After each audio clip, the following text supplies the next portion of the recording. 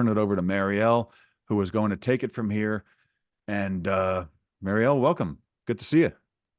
Hi, everyone. Good morning. I'm so excited to kick off this summer webinar series. We're going to be doing a new webinar every single week, all summer long. So I'm so excited for our first speaker.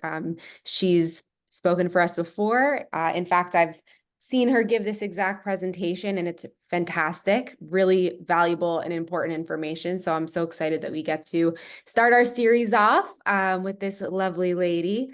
I want to make sure that everybody has an opportunity to find us this summer. So it's acebytsk.com, and you can go find this webinar series right under webinars on our site. So that's acebytsk.com/webinars. I also just want to quickly thank our sponsors for this series. That's going to be City Quiet Windows and Doors, the Falcon Group, Hotwire, KBR, Nouveau Florida, or our new contact at Oracle Profitability, has invited some of our folks, our new community in Arizona, who similarly has a lot of development in the large community association, large community development arena. So we're excited to be offering and inviting some of our folks from Arizona to join us for this series and gain some really great information. So welcome to all of you, if any of you joined from Arizona this morning.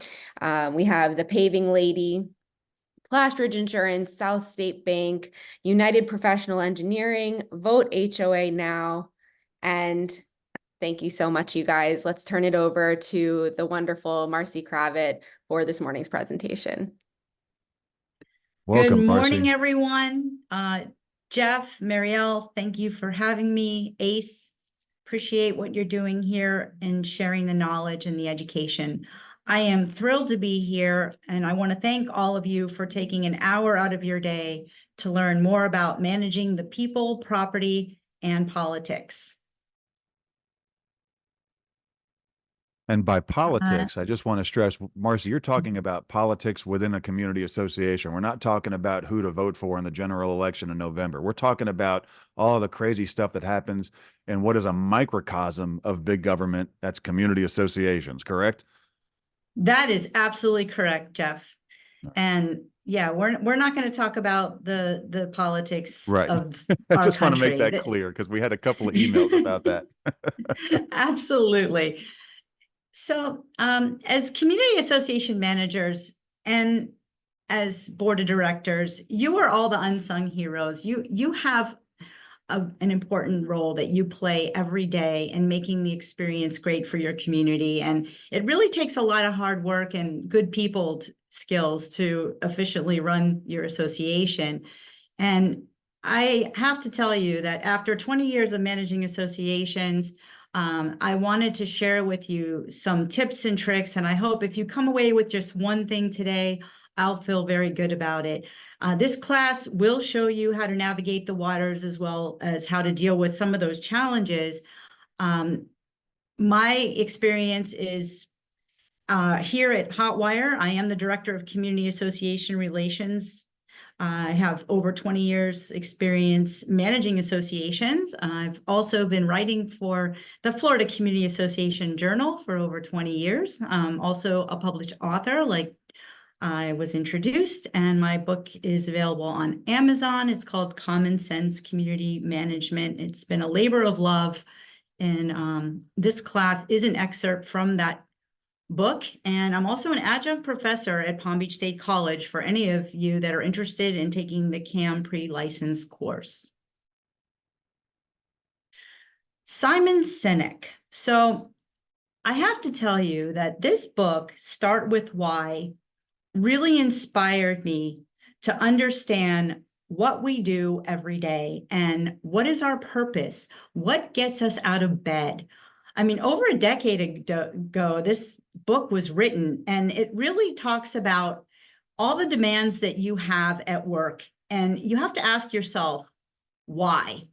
And since then, millions have been touched by the power of this book. And I have to tell you, I used it in my daily routine as a manager and leading my team.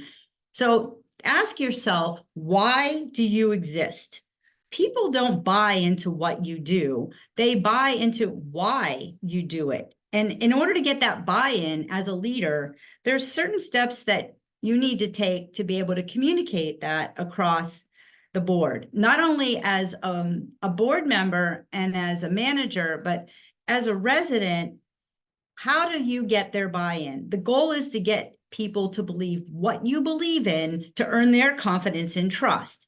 And you want to hire people to believe in what you believe in and gain their confidence. So basically, surrounding yourself with the right people as a manager and hiring people and getting their buy-in is going to help you improve the operations.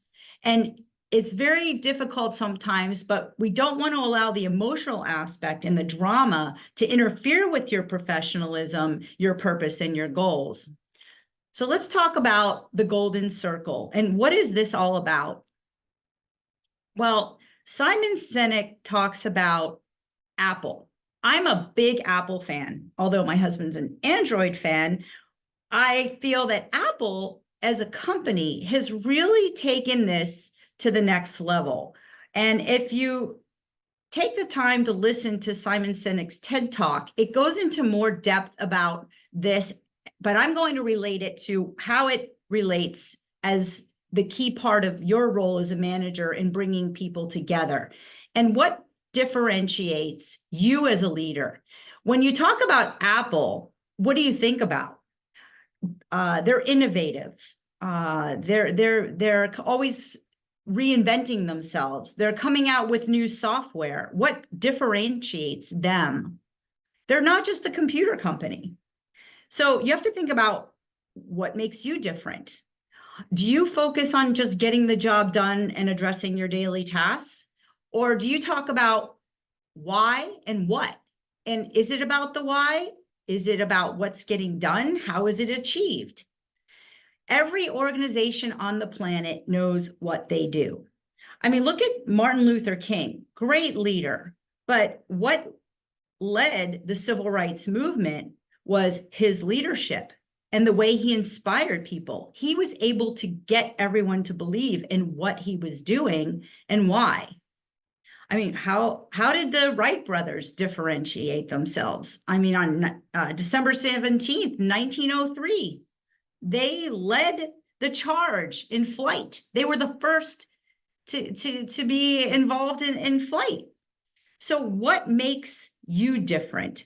How do you come about with your goals? And I mean, right now, when I talk about team, and I talk about team all the time, and especially now, together everyone achieves more. It's not all about you. It's about managing a team. It's about their efforts in establishing why we do and what we do every day. The team consists of you, your board, your staff, and your resident volunteers, and your committee members. But it's also important for you to learn how to delegate and assign to others the responsibilities to support what you believe in and how you want to go about achieving those goals. So how are you going to do that? Some organizations know how they're going to do it. These are things that make them special or set them apart from the competition. We're all in the service business here. And when we're managing, we need to focus on why we're doing it. Well, we're there. It's not always about making money, and why is a purpose or it's a cause or a belief. It's the very reason why your organization exists and you're in the service business. So what are we doing? We're providing a service. Apple provides products, but they're also very big about service. As an association, we have to look at the team, and we have to be able to decide how are we going to do it, what are we going to do, and why we're doing it. And it's Marcy, a whole collaboration process. Would you agree that the same holds true for a board or a president or the entire board working with the management team that they hired? I mean, it's pretty much, this is not just for managers only. This is also like you want the boards of directors to be able to properly communicate to get the most out of the management team that they hired to run the property, correct? Same kind of techniques and skills? That's a very good point, Jeff. And I always talk about boards, and I'm going to get into it, Okay. and managing the expectations and understanding what the strategic plan is so everybody's on the same page. So I jumped the gun. Sorry. No, I think, no, you're first and foremost, we all have to be on the same page. You're absolutely right. The board hires us to follow through and follow out what their vision is and what their mission is for the association. Okay. So, and I always talk to my employees and I say, look, we're not just here to make money. This is not, if this is just a job for you, then there's the door, because Right. we all have to collaboratively work together. Right. The board, management, the residents, the committee members, each and every individual is a key part of that team. So let's talk about, we want to provide great service, right? So how do we do that? How do you approach, and you were right on the money, Jeff. I mean, it's a matter of supporting why you need what you need. Now, say for instance, okay, you're a manager and you're in an older building. How do you approach your board of directors to buy into your proposal to hire additional staff? You've just taken over as a manager and you're there to service the property, and you want to be able to back up why you've made an assessment that we just don't have enough help here, and explain the specific reasons why. So how do you go about doing that? Well, it's not just about carrying out daily tasks. It could be a situation where you're going to have to provide details and documentations and log why you feel you need additional staff. Maybe there's a project that's going on. Maybe you're in the middle of concrete restoration and there's so much dust and debris and your staff is getting pulled in so many different directions that they're not able to handle the daily routine task. Maybe there's the current staffing is unable to attend to that routine maintenance because you're chasing leaks. Or maybe you're seeing that there's washing machine hoses that are still rubber hoses that are leaking. So these are different scenarios that could occur. And maybe your board, as you know, one of their items on the wish list is, oh, we want garage painting. We want to paint all the pipes on the roof. And maybe it's something that your staff was tasked to do, or currently they're addressing maintaining the fountains and the pool, and they have their certifications, or they're maintaining all the building equipment and other common area equipment. So what you have to do, and what your job is, to take the time to document in detail why you think you should hire an outside company to perform some of these tasks. And the other situation is, maybe it's time to come up with a company that's going to give you some sort of preventative maintenance program. Maybe it's time to outsource a painting company, or maybe it's time to hire an in-house painter designated just to paint. So these are some things that you want to talk about when you're having the discussion with your board on providing service. And how do we increase the man hours? How do we maintain the building at the highest level that it deserves? Everyone has to be on the same page and understand what the expectations are. Great advice. Great advice. And in my career, something you and I have always talked about in the past, more for less, it always tends to end up being more of a mess. So you want to get it done right the first time with proper communication and, explaining why and conveying. Bad news isn't always bad news if you explain why a situation is happening. So even if it's not the greatest of news, if you're explaining why, it helps to ease some of the pain that you're about to inflict, some of the mental pain you might be about to inflict on people's pocketbooks. Say that it's great to have a job description and provide a cost savings analysis and a comparison, and finding whether it is cost effective to hire that additional maintenance person or that in-house painter. And that comparison analysis to outsource might help support your cause.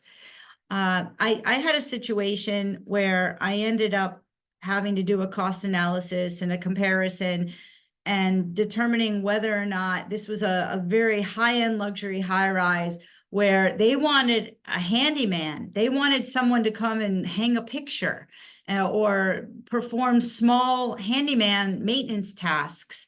And they were pulling off one of the existing maintenance personnel to do those tasks. And I said, they're not able to get to the routine maintenance. And I said, what we need to do is support it through a work order system and come up with a menu of options. And it's going to be on a fee basis. And that will help support, because we didn't have a budget to hire an additional person. And we said, look, let's try it for 6 months. If it doesn't work, we'll just go back to what we were doing before. Cool. Professionalism. The key part of being a manager is bringing people together and working as a team. And like I said, we are here to provide the highest level of customer service. And it really involves a process where we have to be focused on working hard to increase the level of service and creating a lifestyle that the residents deserve. We want them to feel good about where they live. We want them to share it with others. We want the association to have a good reputation. So when potential buyers are coming to look at the property, they want to buy into it. So we have to make every effort to have a clear understanding of managing the politics, the rumors, and the behaviors that may interfere with those operations. So Rumor? There were never any rumors in a community association. Come on. You believe that? Yeah, right. So, I mean, it's just a known fact that you're going to have rumors. And I find that it mostly happens at the pool. For some reason, it's the pool people that start the rumors. That's I don't know funny. why. Yeah. So if someone is rude to you, which it happens, and they argue with you and they create this unnecessary drama, it's essential that you just put yourself in that other person's shoes. Maintain your composure as much as you want to react and show that negativity back and attack. It's better that you just maintain your composure, really show that you care. Empathy goes a long way. And think about what they're thinking and ask yourself, why are they behaving this way? Sometimes you have to almost be stoic and not react and just listen. I say that we don't have problems. We have situations which we have to find solutions, and we have challenges. So you want to be able to tackle them head on as those situations come up, right, and finding those solutions. So rumors, gossip, and complaints, they should not be looked at as problems. And then do your homework. When you're presenting a solution or an idea or a recommendation or a resolution, support it with documentation and facts. If you work for a management company, talk to your supervisor. Maybe they are experiencing something like this at another property. Speak to some of your constituents. Maybe there's a manager down the street that's having, the same challenges. Attend events, networking events, organizations such as CAI and this organization. You'll be able to share your stories with them about what you're experiencing. I'm sure you're not the only one that has experienced this. So gather all the information from all these other individuals, and then find out how to go about finding a solution. And then if it's something that you can reach out to an expert, such as your attorney or your CPA or an engineer, if it's related to that topic, then seek help from those professionals. That's what they're there for. We have a comment in the Q&A. I'm not going to mention any names, but this person can't stop laughing about the pool people analogy, and a lot of you see my face all over the place and don't know what I've done in the past. And I was part of a management team of a huge community in Broward County for 18 years. And I can relate to that too, from the management side of things. And like Marcy said, it's a challenge. You don't look at it as a problem, look at it as a challenge. Those situations make us better as leaders. Absolutely. And just accept the fact that you're the complaint department. So managing chaos. Well, as a manager, we talked about maintaining your professionalism, maintaining your composure, and it's your job to control the chaos. As professionals, we have to be, we have a tough job, and we have to find solutions to solve these issues and make sure that we control the chaos. So how do we go about controlling the chaos? Well, there's some people that are going to love you and some people that are just not going to like you at all. And we're not here, I always say, we're not here to win friends and influence people as much as we want to, but you're always going to have those people. Like I said, for some reason, it starts at the pool, but you are in the driver's seat. Everyone in the community is relying on you to manage and serve the community. If you haven't read Jim Collins' Good to Great, I highly recommend you read. That's another great book because it talks about you as a manager, how you are in the driver's seat, you're driving the bus and you're in control. You don't want to crash. So in order to make sure that you avoid the chaos, you want to make sure that you have all the right people in the seats. And if they're not in the right seat, well, get off the bus.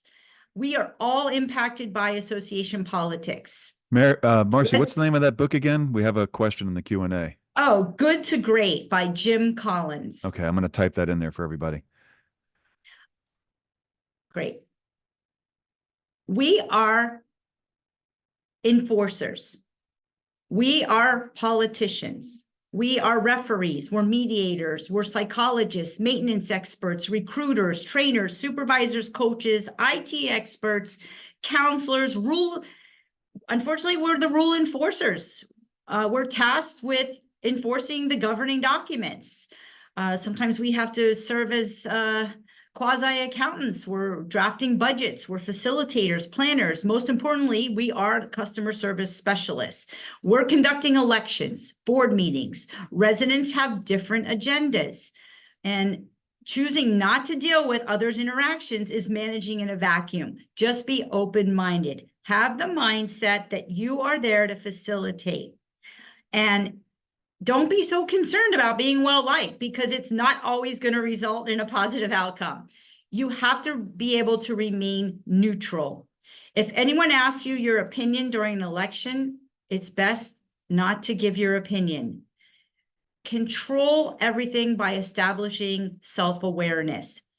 Manage as a professional. Do not engage in those political conversations.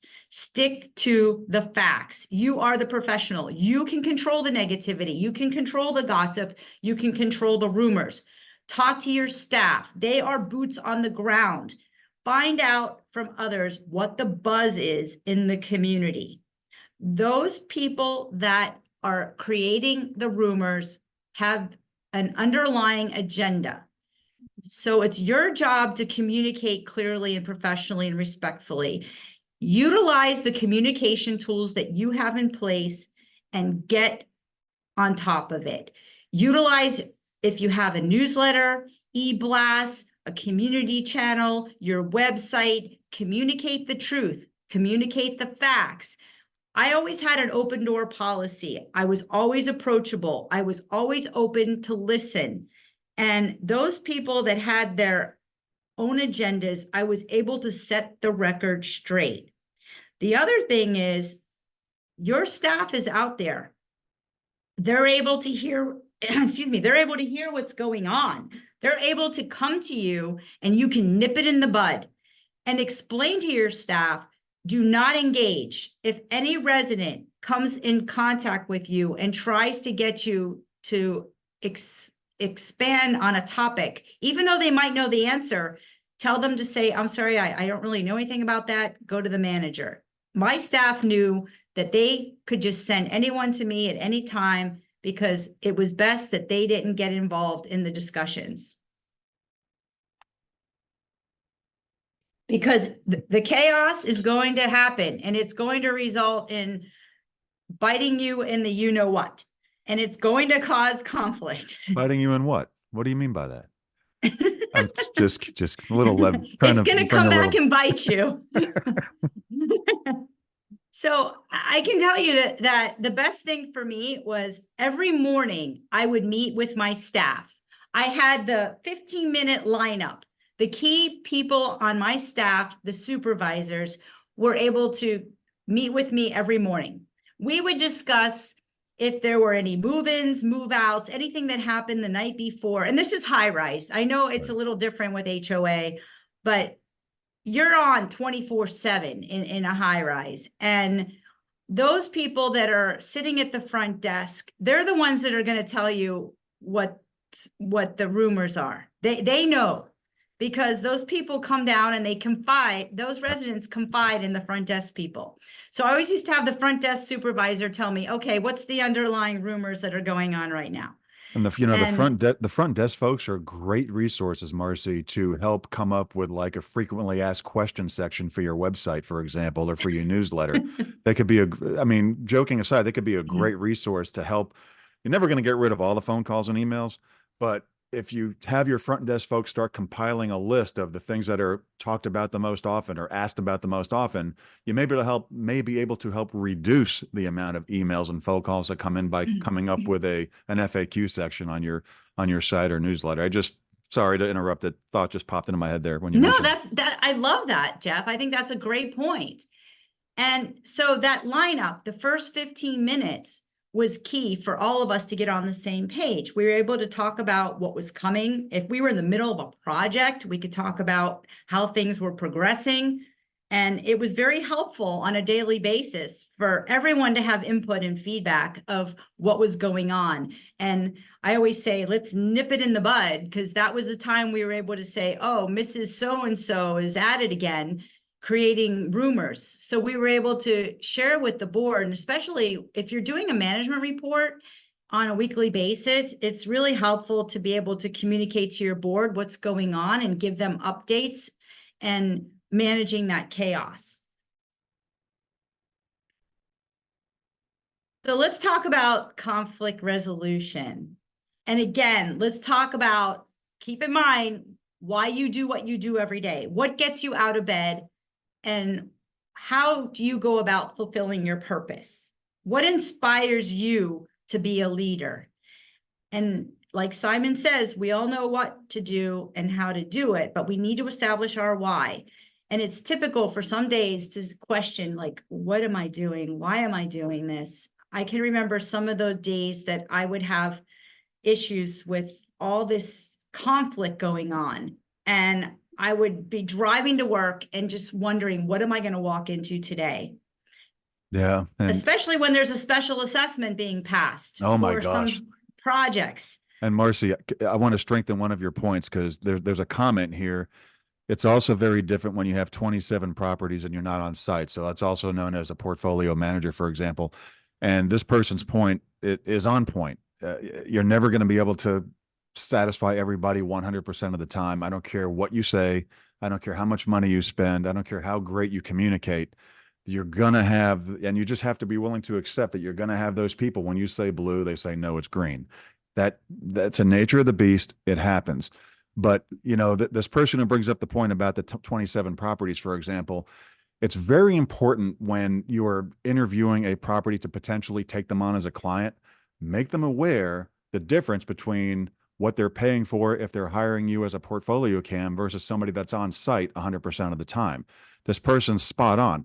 Very, very different types of management styles. And more often than not, what I find is that when people are not happy with the management that they're receiving, it's because they weren't properly communicated during the interview process what a portfolio CAM actually means and how much of the time you're going to be getting that person on site. So it's very important that it's spelled out and show the difference of what it would be portfolio versus getting somebody from your company 100% of the time or more. Anyway, that person made a great point. I just wanted to follow up with what you just said, Marcy. I'm so glad that you brought that up, because my presentation is geared mainly toward on-site, because that's my experience and I share my experiences. And I my heart goes out to those that are managing portfolios of 27 properties, and managing those expectations It's can not be easy. challenging. And It is. it is, and it's what you brought up is a really good point. And being transparent right up front about what the expectation should be. And I mean, you're only one person, and there's going to be conflict. You're never going to make everybody happy.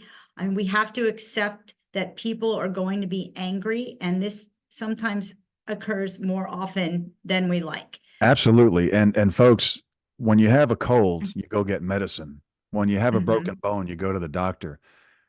Don't ignore your mental health as board members and property and community association managers. That is just as important to your overall well-being as anything. You take an aspirin for a headache, don't you? Anyway, I'm going to leave it at that. And Marcy, carry on. I'm sorry. Thank you. We're going to talk about that during my bullying section. And, you know, I learned so much from the residents that complained. And Bill Gates says your most unhappy customers are your greatest source of learning. And there were times that I would have residents that would challenge me. I would have residents that would question me, call me incompetent. And I would just accept, look, they have a right to be angry. They took the time to visit the office to complain. They're expressing their discontent. They're frustrated. And it most likely, the majority of the times, was because it was either a misunderstanding or they really had a legitimate complaint, and I would thank them for bringing it to my attention. I mean, regardless of the event that may have led to the complaint, it's our job as managers to acknowledge the residents and listen and carefully just uncover the root of the problem. And that's why I say, let them be angry and just let them vent. It is an emotional reaction. It's just normal behavior, and try to develop the trust and confidence in them and allow them to vent. So here are 10 steps to diffuse angry residents. And I find that this has helped me in the past, and I hope that you'll take away some things. I'm sure you're already practicing this. One, show that you care. And I can tell you that when I was on site, I would meet with the resident and I would ask my administrative assistant to close the door, and I would ask them to hold all calls, because I wanted the resident to feel important and give them my full undivided attention. And I wanted to make a good impression on them. And I always would have good eye contact and focus my entire attention on them. And not allowing those interruptions, such as the phone or staff or vendors entering your office, it really helps get them to have the buy-in that you really care. And remember, and I know it's hard, but never take it personally. It's difficult because a lot of times we get attacked personally, but just remember that you are doing everything you can to support the association. It's not personal. Smile, be sincere, be passionate. That complaining resident is trusting that you care despite what the problem is. So give them the time to communicate their frustration. Empathy goes a long way. Put yourself in the other person's shoes. You never know. Maybe they're going through some health issue. Maybe they have something going on in their personal life that you're not aware of. That's just, they're using you as the punching bag. So listen to their emotions, identify their behavior, their body language, tune into their words, and emphasize that you are here to listen and you're there to help solve the issue. Get to the root of the problem. Find out what the specifics are. Ask questions. Take notes as the person speaks. Nod your head. Acknowledge their concerns. And listen to what is being said. As much as you want to be able to interrupt or interject because they're saying something that's making you angry and you want to be able to defend yourself, don't do it, because it's only going to get into where they're raising their voice over your voice, and it's going to become a shouting match. So just listen and be patient and be respectful. Don't get on the defensive. Let them speak. Let them vent.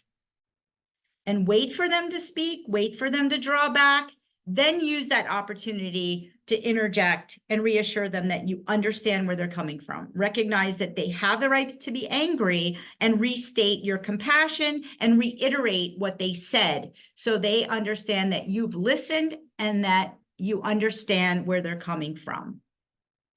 Always meet with them one-on-one. Don't do it over the phone. Face-to-face conversation will get you a lot further than on the phone. I can't tell you how many times I've had residents call me with a complaint and they're screaming, and I'm trying to let them know I'm here for you, I'm listening, but this is not a conversation. And if you're going to continue screaming at me, I'm going to have to hang up. I'd rather meet with you one-on-one in person. When is it convenient so we can talk and have a discussion and have a real conversation? And speak eloquently and professionally with a calm approach. You almost have to be stoic. If you encounter those loud residents that are abusive and angry, and you respond calmly and softly with a steady tone, it will go a long way. Like I said, don't allow your voice to raise over theirs. Be conscious of how you're reacting.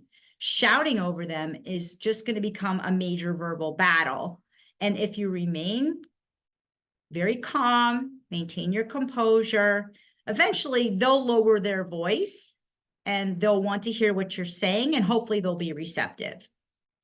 Remember, they came to you to solve a problem, and they just want to voice their distress. They just want to vent. And then, like I said, respond by restating the person's concern. You can say, this must be frustrating. I understand where you're coming from. Thank you for bringing it to my attention. I'm here to resolve it. Sometimes residents go off on a tangent, or they just want to blame others and point fingers at others, especially if they got a violation notice. For those of you that are in HOA, how many times have you sent out violation notices and then you have residents calling, well, what about that neighbor? What about that neighbor? And they start screaming and yelling, and they just don't want to admit that they did something wrong, and they want to blame others. You know, and another point too, just a quick little tidbit. If you're sending out violation notices, hypothetically in an HOA for a lawn, the blades of grass are too high, make sure the common areas look the way they're supposed to look before you send out violations for the individuals. I mean, joking aside, that's something that we see happen quite often, that if you're going to send it out for the individual, make sure that the common areas look the way they're supposed to look as well. That's a very good point. Thank you, Jeff. And then own the problem. I can't tell you how many times I've had to offer an apology and accept responsibility for the problem. Or if my staff screwed up, that means I screwed up. And an apology can go a long way. You can always say, I'm sorry for the inconvenience, or I'm sorry that this happened to you and you experienced this situation, and just explain what you're going to do about it. That angry resident wants immediate action. They want immediate answers. And then tell them that you're going to personally investigate the situation and then provide a solution and achieve the results. If you don't have the answer, let them know that you're going to investigate it further, and let them know that you will get back with them. Now, if situation where it's a problem with a staff member and they're complaining about the staff member, let them know that you're going to look into it further. And it may be a situation where you have to call your HR department to get involved. But if you can handle it internally, then find out what it is that occurred and let the resident know that this will never happen again. And please understand that these are our company policies and procedures. Sometimes the resident just may not understand why something was done. So give them the backup documentation in writing as per a conversation after you've met with them and you've owned the problem, and explain to them that you've come up with a solution. And if you don't have a solution, just make sure that you get back with them regarding that solution. And then do not take it personally. Like I said before, I know that this person may just be having a bad day. There's a lot of times that they just want to use you as a punching bag, like I said. And let the resident know that you are a supporter, that you're going to assist them in finding out what the resolution is to the problem and that you're going to get back with them. Don't respond to personal attacks or remarks. As much as you want to defend yourself, just let it go in one ear and out the other. Not that it makes it right, but just let the person vent. And then here I have some dialogue. I'm not going to go through it, but how many times have you been told, I pay your salary, or you're incompetent? What were you doing? Why were you doing it? And I can't tell you how many times I've had that happen to me. So like I said, find a solution, fix the problem. I'm not going to go through all this. You'll get a copy of the slides. I think I've pretty much reviewed how to go about diffusing the angry resident. But investigate, formulate, communicate, and implement a solution. And ask for suggestions from others. Run it by your supervisor, run it by your board, and monitor and evaluate the solution. I can't tell you how many times I've had staff meetings where I bring it up to my staff. I used to have staff meetings every Wednesday. It was great to have them in the middle of the week. And we would discuss these situations and they would have a lot of great input. And I wanted them to know that we had an angry resident and they were my best supporters. So, and then we'd have it on our agenda every week to monitor it if we didn't have all the information. And sometimes the staff can help you gather the information to find the solution. So once you understand the root of the problem and the cause of the complaint, identify what you need to specifically address it. And then establish target dates. I can't tell you how much I used Outlook as reminders, because the worst thing is to tell someone that you're going to follow up and you just never get back with them. So come up with some sort of timeline in monitoring your progress. And during those staff meetings, you can monitor your progress by having it on the agenda and getting the input of your staff. Follow up, follow up, follow up. I can't tell you how many times I had managers that failed to follow up when I was a regional director. Timeliness is so critical. Sometimes it pays to let it die down and not respond right away and let the resident know that you're going to look into it and you'll respond as soon as you're able to gather all the facts. And follow up with an email just acknowledging that you're owning up on that problem and that you're going to find a resolution, and then thank them for bringing it to your attention. And then hopefully the anger will subside and this will create a win-win for all. Hey, Marcy, So if you follow these suggestions, I was just going to say the quote at the bottom, if you follow these suggestions, it may be possible to turn your worst critics into the most ardent supporters. And I can tell you, I had a board president, and I'll let you get into this, Jeff, but I have to share this story. I had a board president who used to sit in my office every day and complain. And finally, I just said, here's, my seat. If you want, you can sit here. And every single day I said, I'm going to go home. You seem to have a better approach in doing this. You hired me to do a job. Well, now that board president and I are really good friends, and I was able to win her over because I was very, how can I say, objective in how I handled communicating. And then I said, why can't we just team up? You've got great ideas and let's work it out and have a conversation. And I found out what it was that this person just really wanted to be more involved. And I let that person be more involved, but it was just always a battle. And I guess sometimes you get into the power of the ego trip type of thing and you can't avoid it.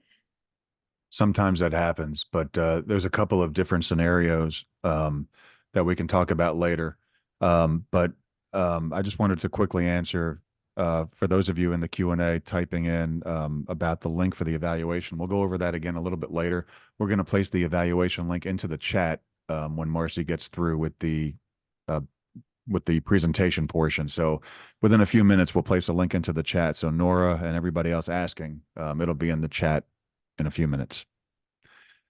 Back to you, Marcy. So thank you. I know time is ticking and I've got a lot of information that I haven't covered yet, but I do want to talk about owning your mistakes. And look, we all make mistakes, and I can't tell you how many times, I've made mistakes, and I can tell you I'll never do that again. So being a good manager, it entails continuous growth and increase in knowledge. And by you taking the time to be on this webinar today, I really appreciate that you're taking the time to learn more. And we all learn from our mistakes, and we create steps to prevent them. And delegating those tasks as managers, it does help us avoid making mistakes. Utilize your staff as much as you can, and that will help you provide quality customer service. And I love this quote, I've made mistakes, but I've never made the mistake of claiming I've never made one, James Gordon. So, I mean, I just want to say that, we're in hurricane season right now. And I find that when emotions run high, that's what generates a lot of chaos and a lot of confusion, and especially in high rises. And if you're in a senior demographic and there's evacuations, and I think it's really scary for residents that have never been through a hurricane to understand what we go through. And just the fact that certain high rises that are in evacuation zone, that we're going to end up shutting things down. I think now's a really good time to prevent the chaos, to inform your residents of what's coming so they're prepared, because emotions really run high at the time right before a hurricane. So inform them, give them the tools that they need so that when it comes time, you're going to be much more prepared. So let's go on to 6 common mistakes managers make. I'm not going to go through all the details of each one for sake of time. You'll receive the slides, but like I said, not following up. I had a manager when I was a regional director that did not use Outlook for reminders and setting invitations. And this was in the early days before we had all kinds of tools that we have now.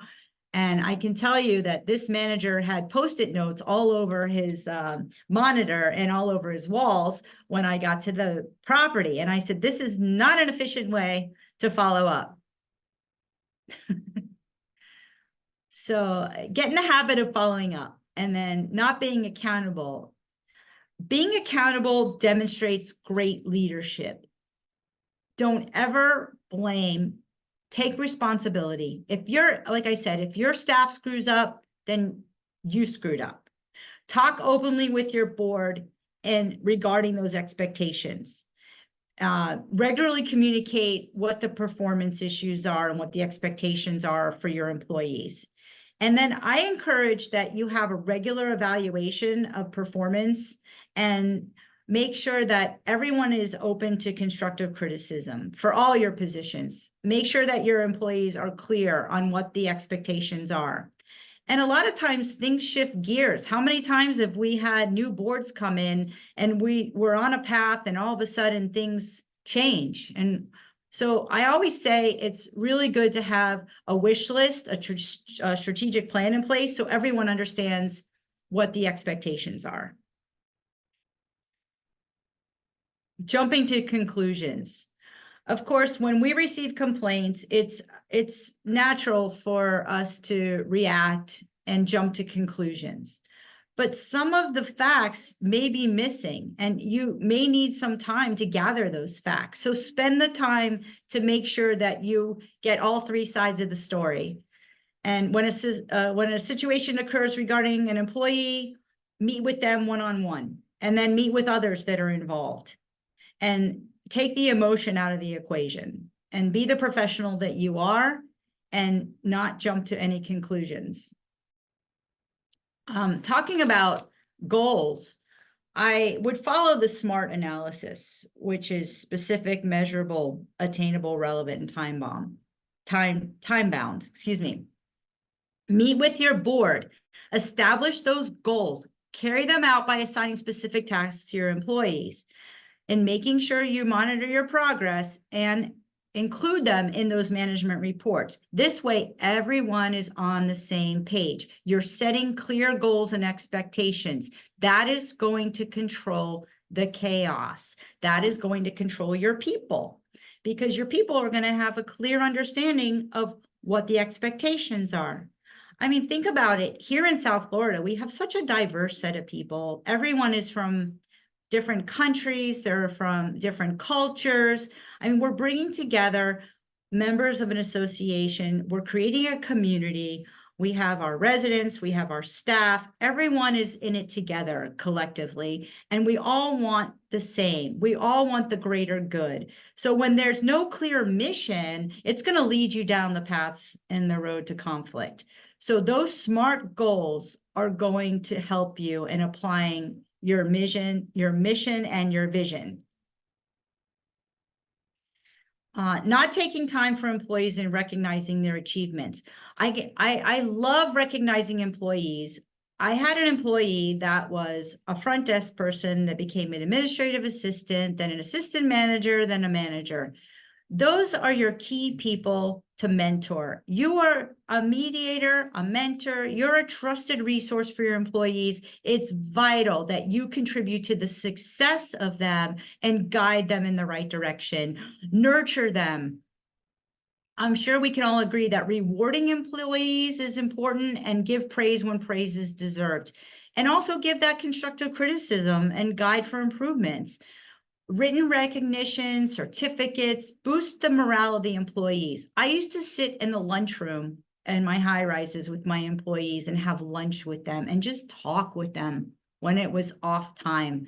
We'd go out and we'd have pizza together. I mean, I had all these motivational quotes all over the walls in the lunchroom.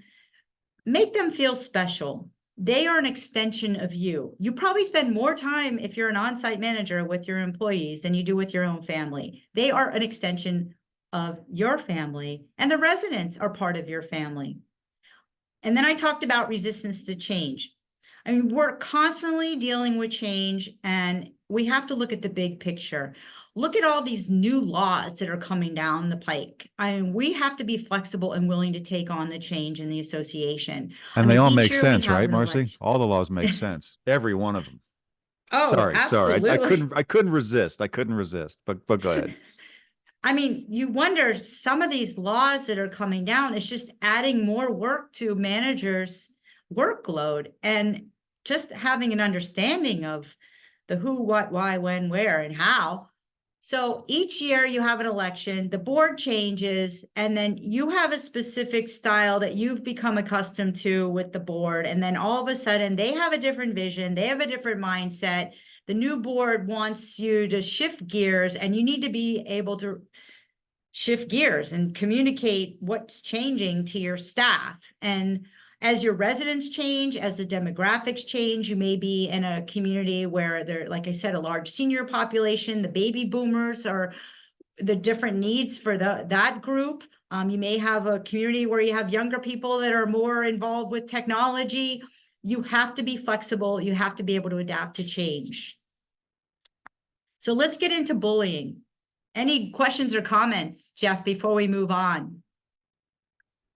This is a vital and often overlooked aspect of community association management and being a board member.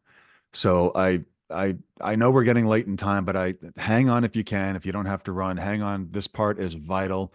Again, we're quick to put a Band-Aid on a cut. We're quick to take aspirin, but we very rarely do the right things when it comes to our own mental health and mental well-being in this industry. So I just wanted to say, take heed to what is coming up next, because do not avoid it. Your mental health can cause so many other physical ailments. And in this industry, as many of you have said in the comments, you're on 24/7, right? You're on call all the time. I've never known a job where I'm not on 24/7. That's my life, as it is many of yours. This is important stuff.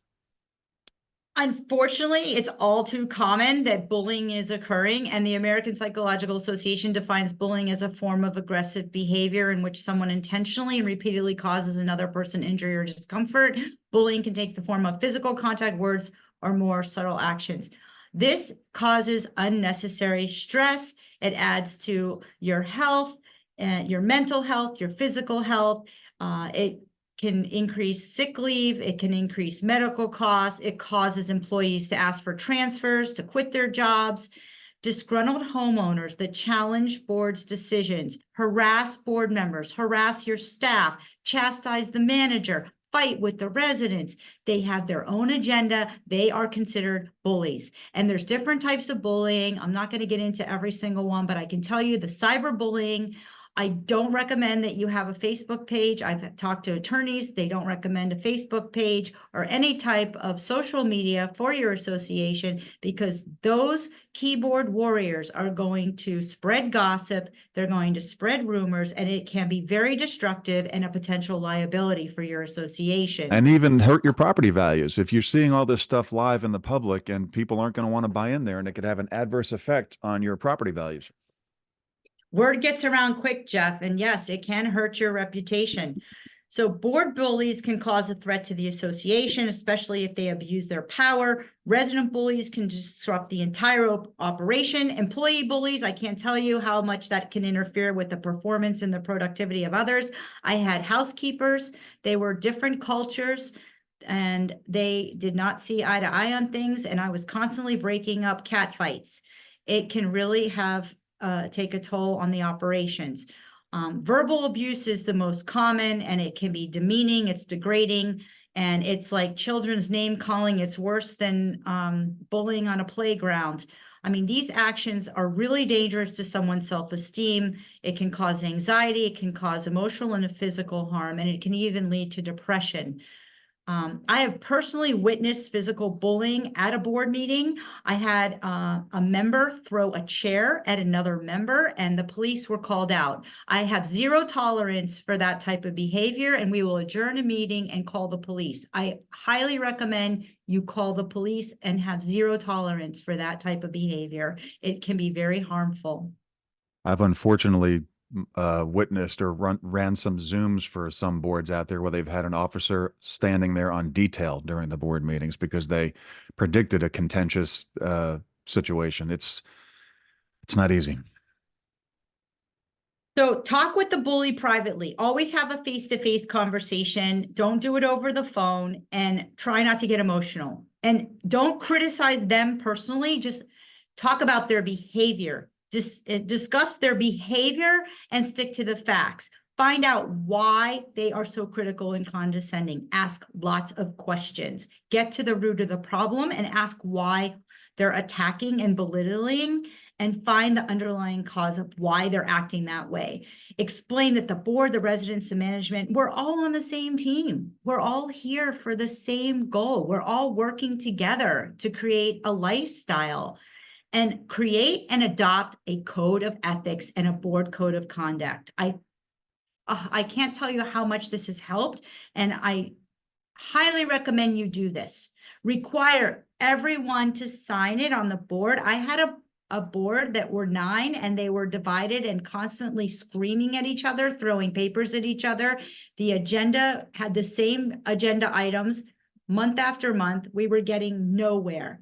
But once we were able to get this code of ethics, code of conduct adopted, and the attorney was very crucial in making sure that it complied with the governing documents, state statutes, require everyone to sign it and refer to it when an individual gets out of hand. And make sure that if you have the ability to demote an officer and make them a director, say you have a president or a treasurer, secretary, or vice president, that you can just demote them as a director, put that in there.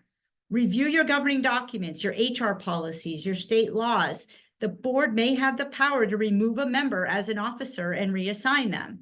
And if the bully is an employee, seek the help of your HR department and take a look at your employee manual for the policies regarding bullying. And if you have to, write them up and get your HR department involved. Hey, Marcy, a lot of this is it's in your book, right? Yes, this is Okay. part of my book. That was one of the questions.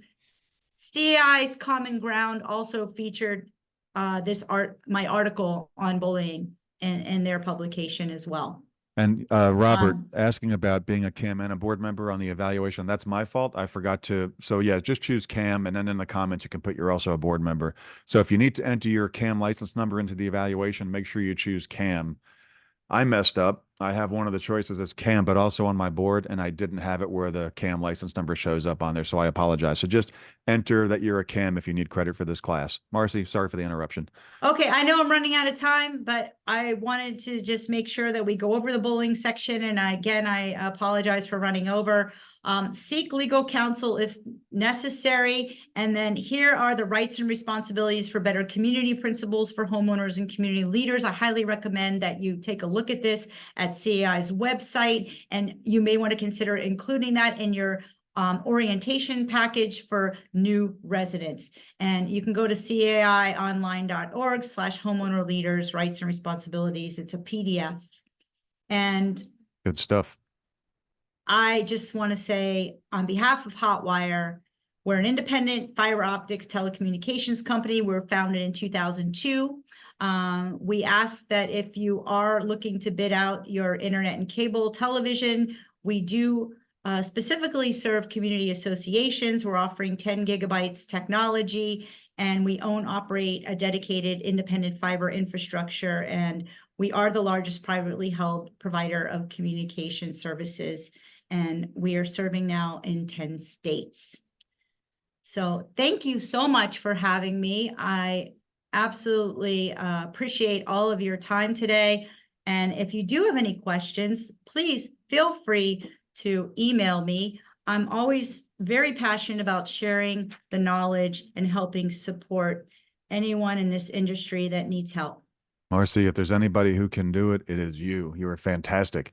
So, Mariel, come on back. Let's go to some of the questions here.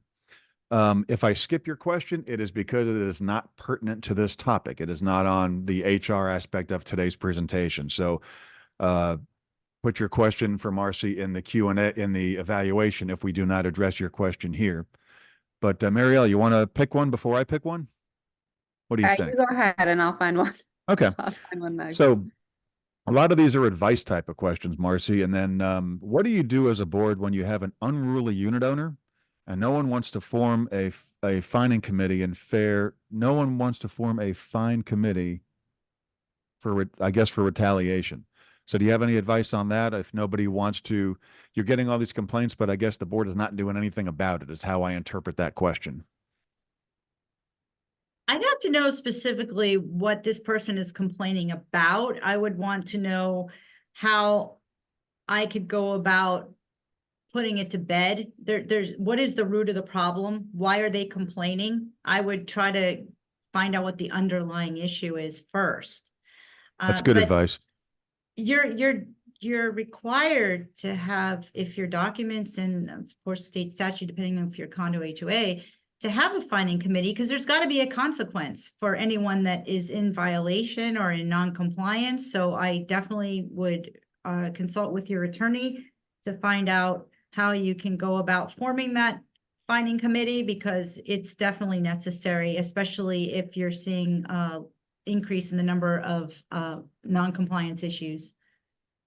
Yeah, that's great advice. And I'm glad you mentioned the contact your association counsel, because some of these questions can walk the fine line of sounding like legal advice, and nothing we say today should be considered as legal advice. None of us have that ESQ after our names either. So keep that in mind. And it's always best Absolutely. to I'm just here to share my experience and what's worked. And right. Again, Jeff, thank you for making that statement. Definitely utilize your professionals. Absolutely. And then, hey, I think Mariel, I think we know this person, Brian. How do we go about picking the best and most ethical vendors as a property manager? And I also want to say as a community association manager. So I know a lot of you use that term synonymously where they're not actually the same. But so how do you go about picking, Marcy, what's your advice for picking the best and most ethical vendors as a manager? Well, I have an entire class on that subject. I knew you did. That's why I'd asked you that question. And there's a lot of steps involved, so stay tuned. Hopefully you'll have me back. I'll be happy to teach that one. Well, I'll tell you, Brian, Marcy does have a course. It's a fantastic course. I learned a lot from it myself. But after several years on the field, one of the things that I really like to do is look at some of their work and talk to some of the other boards and managers at other properties and compare and contrast the pros and the cons There are ways of doing things, but always try to make it a similar property type. If you're the manager of a large scale community with a bunch of 4-story buildings and you're going to look at the work that they did on a 25-story high rise, you're not comparing apples to oranges necessarily. I mean, you're not comparing apples to apples necessarily. So I hope that made sense. Mariel, what do you think? What, you got a question you want to propose? I just want to make sure everybody knows that the link to the evaluation is in the chat. So if some of you don't see it, I know you're having trouble finding it. It's in the chat function. So where you're typing questions in Q&A, head on over to the chat and you should see that link there. Right. And if you But don't to see the your chat, point hit the about little chat finding- button at the bottom. But to your point about, finding good quality licensed insured contractors, I would say organizations like this are your best bet. Absolutely. And the industry, make sure that they're involved in our industry, because contractors that are outside that don't understand the dynamic of dealing with community associations when it comes to boards Exactly. and the process involved. I can tell you that from my experience, I had a board that hired a roofing company that knew nothing about associations. They went with them because they were the cheapest. I advised them not to. They had never worked on a high rise before. They were doing schools and industrial facilities, and the whole project was a nightmare. So again, go with those that are part of our industry and that have had experience, and reach out to their references to confirm. And especially if it's a painting company or a contractor or an engineer, find out if the associations have used them in the past 12 months and if they've used them a second time, and find out how they handle the process from start to finish. That's good. Great advice. Great advice. I'm glad you brought that up. Thank you. We need to find out. I know HOA, I know board members are going to have to now have some educational credits going forward. Tony, we're going to need to find out. Marcy, I'm not quite sure if this course is going to satisfy a requirement as education for board members. Do you happen to know if that's something that this course satisfied, or is that something we need to find out? Well, prior to the class, we talked about this, and I'm really not sure what constitutes eligibility for boards requirements. We're going to have to find out. Don't know. I don't even know how to go about finding out, because it's very difficult to get a hold of the DBPR these days. Yeah, we'll find out. So if you want to get a certificate, Marcy will provide them on request. They're not automatic. They're on request. Send her an email with the information and you'll have that certificate if it counts. But we're going to have to find out if these count, because the requirements are not 100% clear as of yet. And I can attest to that. I work with several attorneys and it's not clear to a lot of attorneys even. So how far can we go interpreting the law to unit owners? And this is to your point earlier, Marcy, about contacting an association counsel. How far can we go interpreting the law to unit owners when they have difficulties understanding certain statutes? And my quick answer, and Marcy, you'll give a detailed answer. If you're not sure, contact your association counsel. More for less now means more of a mess later. You're right on point, Jeff. And there was actually legislation that was passed specifically in reference to managers interpreting the law, that it's a no-no. So stay away from that. And it's money well spent to ask your association attorney, because think about it, your governing documents might have some language there that may not coincide with the statute, or there may be a conflict. So get your association attorney involved to get the clarification. Great advice. Let's see here, blah, blah, blah. This one's not pertinent. Okay, this one is a comment and a question, it looks like. Question about self-managed condo who no one really wants to do much. I don't mean to smirk, but I can relate. 3 board members are overworked. Many ongoing issues from previous rogue board members and many big projects up and coming. The president is also a manager and willing to manage as a paid CAM and also do project management for a fee. The board approves and voted for it. How would you recommend mitigating the conflict of interest? Well, That is another That, question for an attorney, in my opinion. But I do know that anytime you have something that even you think might be a conflict of interest, it's always best to disclose it and put it out there. You don't want anything biting you in the you know what. I think, Marcy, you used that term you know what earlier. You don't want anything biting you in the you know what later on. I say always be transparent, and yes, make sure that it's documented in the minutes and get your association counsel involved. And George, I recognize George is one of our regulars on several other, if this were Cheers, he would be one of our regulars. We'd shout his name every time he walked into the bar. Here's my approach. Offer an idea, a suggestion, an opinion. If everyone loves it, give credit to the author. If everyone hates it, I take it on myself, since another rap on me is irrelevant. They already hate me. I think hate might be a strong word, but I don't see anybody can hate you. You always have great ideas, George. So what is another bad rap? So it's just good advice. It's sort of like making a game out of it and just owning up to everything. Marcy, what would you say? Like I said, we're not here, even though I do have a class that's pending approval, how to win friends and influence people. We are not here to be their friend, and we're here to do a service. And sometimes we have to be the fall guy. Absolutely. Good movie, by the way. If you haven't seen the new Fall Guy movie, go check it out. Ryan Gosling is he kills it. So here's a question when we were talking about Facebook and social media. What about a closed community WhatsApp chat, like a bulletin board, that kind of a thing? Well, always, I have an opinion on that. I'm not a big fan of anything that airs dirty laundry of a community, because it's, even if you make it a private social media account, for example, all right, anybody can take a screenshot of it and then post it publicly somewhere. You never know who's going to do that. It is not the official is not a platform for official business of the association.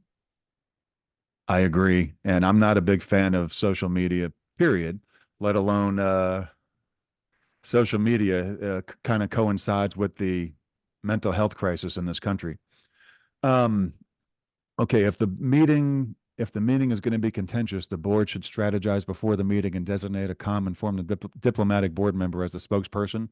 That's great advice. Depending on the topic and the areas of interest. Marcy, what do you think? Oh, I absolutely agree, especially if you have someone that is well liked in the community that seems to be the mediator. Absolutely appoint that person to be the one to try to diffuse and create the calmness. Let's see. What about a comprehensive gets involved? Okay, let's keep going here. What is your recommendation? What is your recommendation? We have board members that the staff refuses to deal with. This board member is in your terms of what a bully is. I have an opinion, but Marcy, what do you think? Well, like I use the example of the cat fighting with, I had it was like two teams in the housekeeping department. I had the Haitians versus the Cubans, and they could not meet.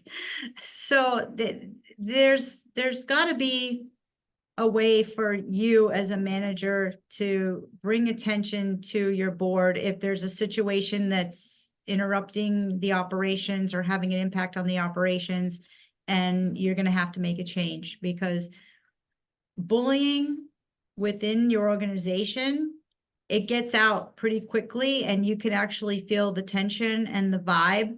I can tell you, when I was a regional manager, as soon as I would pull up in front of a community and I'd walk in the lobby, I could feel the vibe, whether it was going to be positive or negative. I could tell by the eye contact of the valet and the front desk, and I could tell whether it was a teamwork environment or if it was very divisive. And you don't want that. Your job is to build up the morale, improve the performance, and create camaraderie, and create a culture of teamwork. Yeah, that's good stuff. I will supplement your answer, your great answer, with that. And this might not be the right phrase to use, but I would always make a game out of it. And what I mean by that is, if I had an issue like that, and I was on site, so there was no escape. Sometimes I wish I was a portfolio cam so I can get away for a little bit, but I was on site all the time.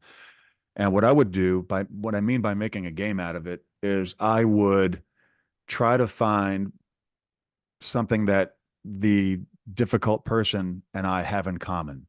And the story that I like, this true story that I like to mention, is that I somehow found out that this person loved the Beatles. And we were having a Beatles cover band coming into our theater within a couple of months, and the tickets were just going on sale. So ever since we had that, I had that conversation with that difficult board member about the Beatles, we then had this relationship taken from this level to this level. So even when it was something that this person did not agree with, the conversations were never as brutal as they might have been in the past after you found that common ground. So that's one thing you can try, is to find something in common that you might happen to have, or just figure something out in that sense. And another thing too, look, I'm 230 pounds and used to be a power lifter. So 25 years ago, I would be looked down upon if I went to mental health for something like that. But today, you know, it's a lot different.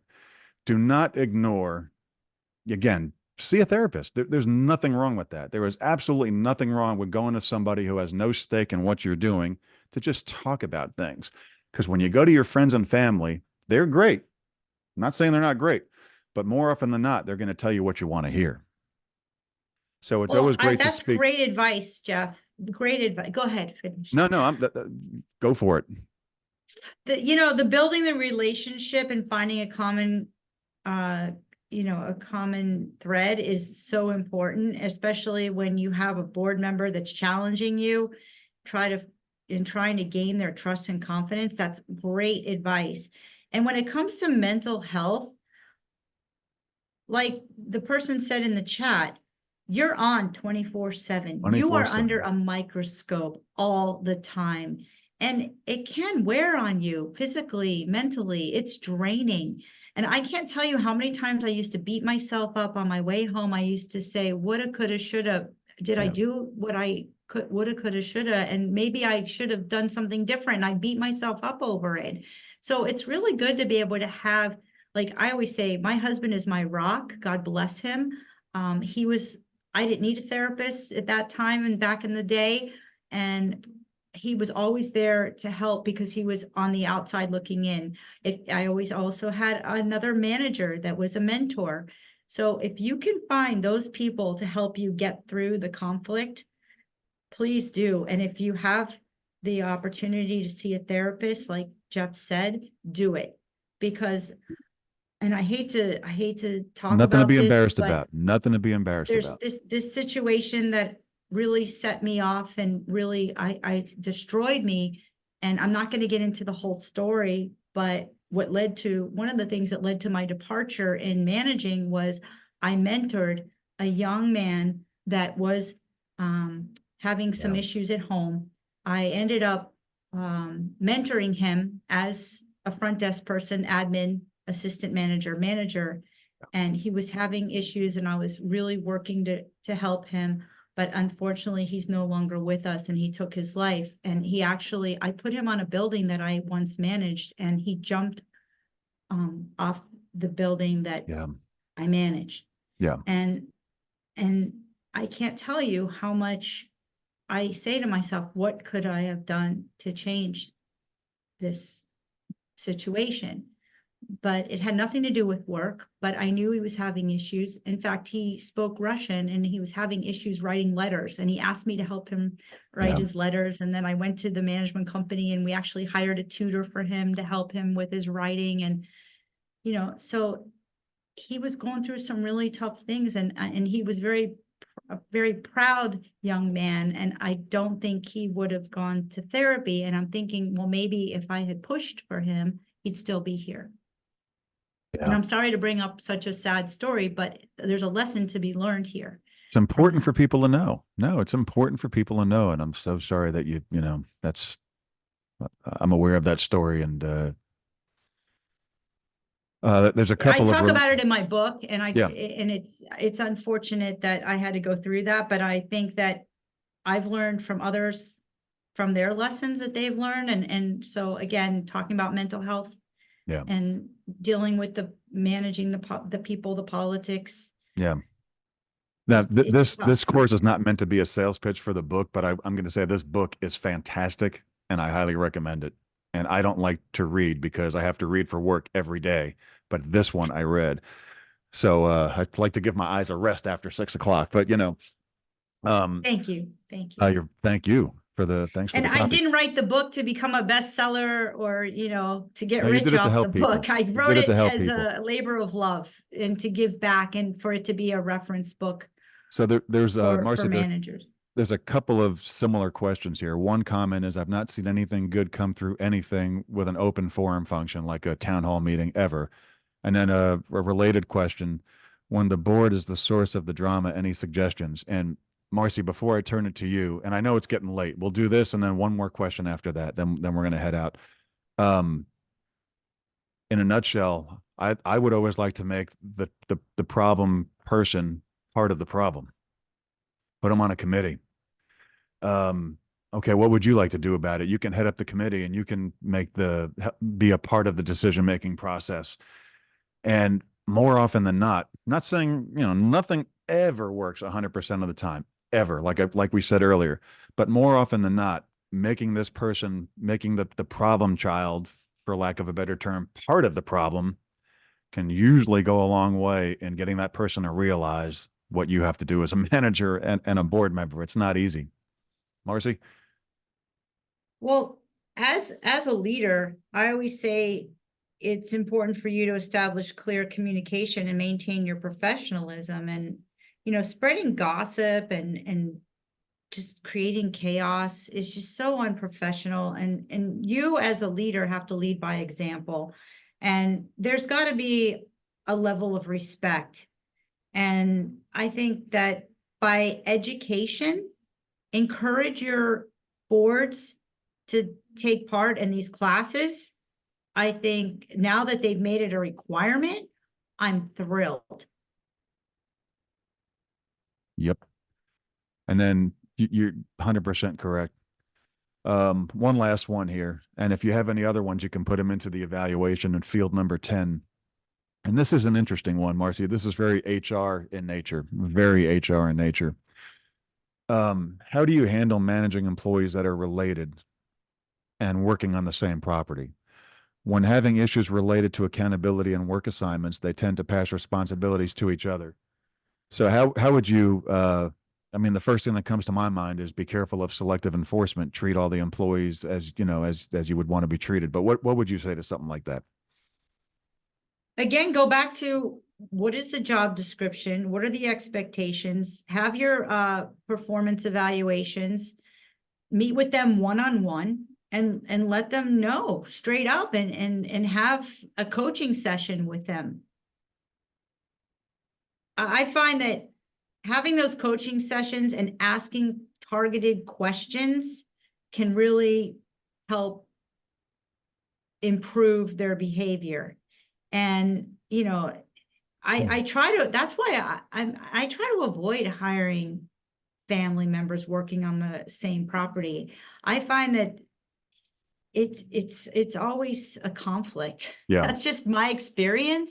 I'd rather put them at two separate properties because it's just not always a healthy situation. And No. then others look at them like they're in cahoots and there's collusion and it's just not a good, it's just not my thing. I don't recommend it. Maybe it works for some people. It could. I mean, you might have a family-owned business, for example, in which, several of the relatives are the management company. You know what I mean? It can happen. It's Yeah, just in a that matter. case, but on a property when you've got residents watching everything that you're Right. doing and they're your biggest critics. Yeah. Yeah. It's a challenge. That's a challenge that I haven't seen too much of. So I promised everybody I would go over the evaluation process one more time, but before I do that, I know Mariel, Marcy, you have things to do, appointments to meet.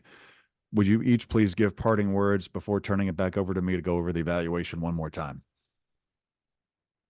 I just want to say a big thank you to Marcy. You always do such an amazing job, and you just really bring the topics that some people are not always willing to talk about. So I'm really proud of the fact that we have this forum to do this and to get into some of these little kind of details that people really deal with and don't really have a place to talk about. So Marcy, thank you so much. Oh, well, thank you so much for having me. And thank you to all the participants for the great questions and for staying on after the 12 o'clock mark. Really appreciate your time.